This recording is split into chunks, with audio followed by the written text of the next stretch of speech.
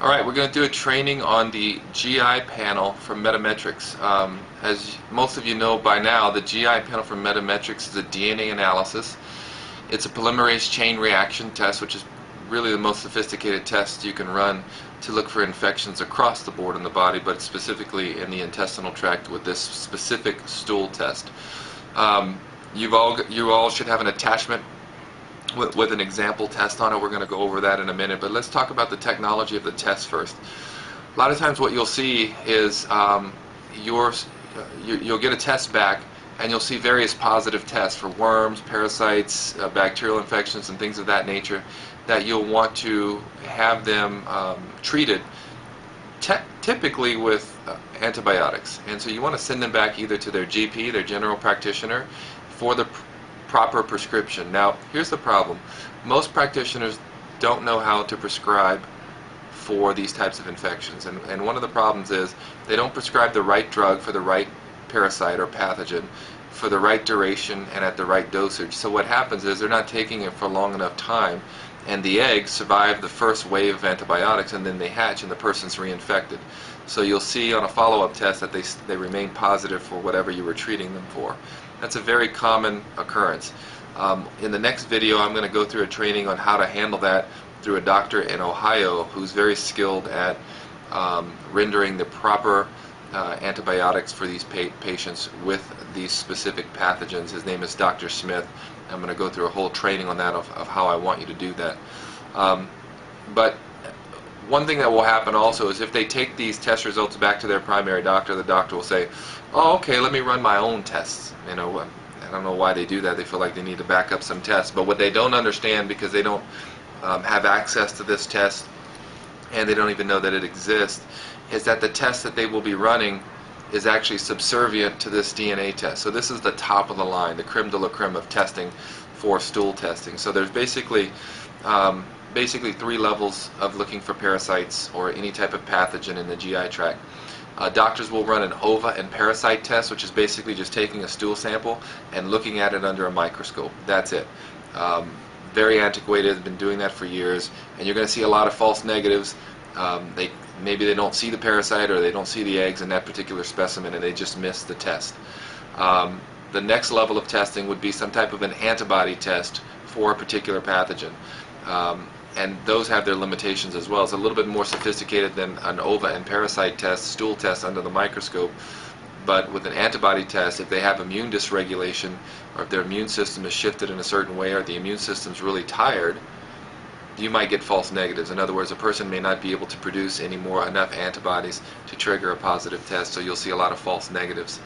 And then the next test is the one that we're using, which is the DNA test, where they're actually looking for the genetic footprint of the pathogen. So you'll see these doctors who will run a secondary test. Maybe it's ova and parasites, a stool test, or maybe it's some type of antibody test, and it comes back negative, and they're like, oh, you're fine, there's nothing wrong, there's no infection. Don't buy it. I mean, you got to already prepare your patients for this before they go and do that.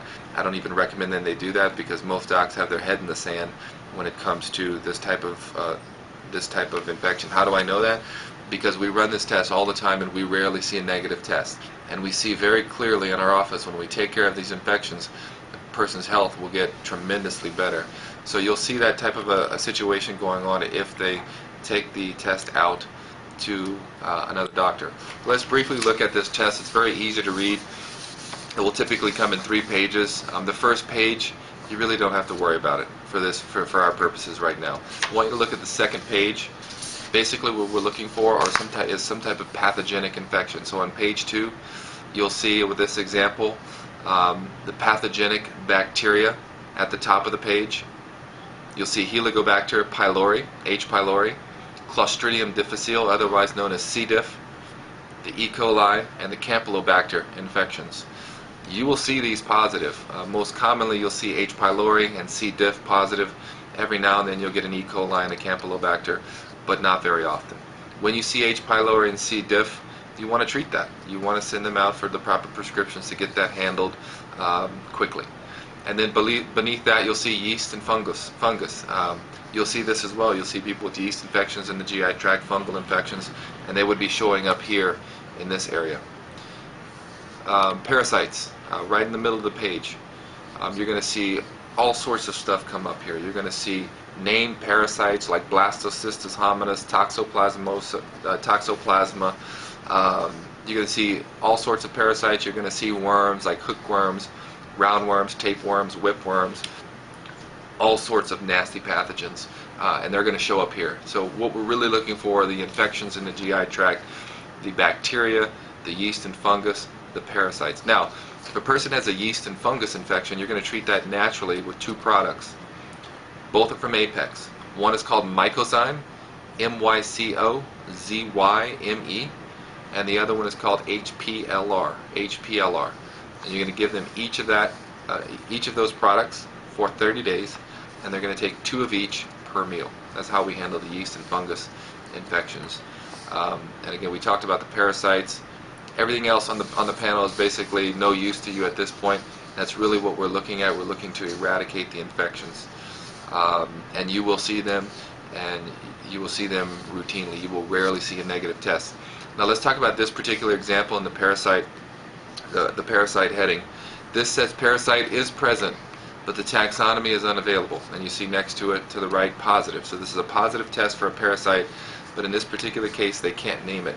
You're going to see this on so many patients. Here's our advice on this.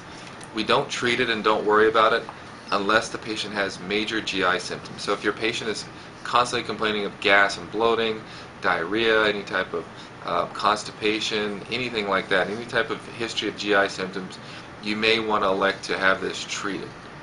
Okay? What I like to do is if you're seeing this parasite present taxonomy available, let them go through the ClearVite program. If their GI symptoms subside or get better, then I wouldn't worry about it. If they continue to persist with these GI symptoms, then you want to have it treated. And again, in the next video training, I'm going to show you an easy way to get that done. That's it. I think that's all we need to go over for this specific test. You're looking for pathogens, bacteria, yeast, fungus, and parasites. And basically, when you see the results, you just report them back to your patient. And if there's something that needs to be treated, the next video will show you how to do that. So let's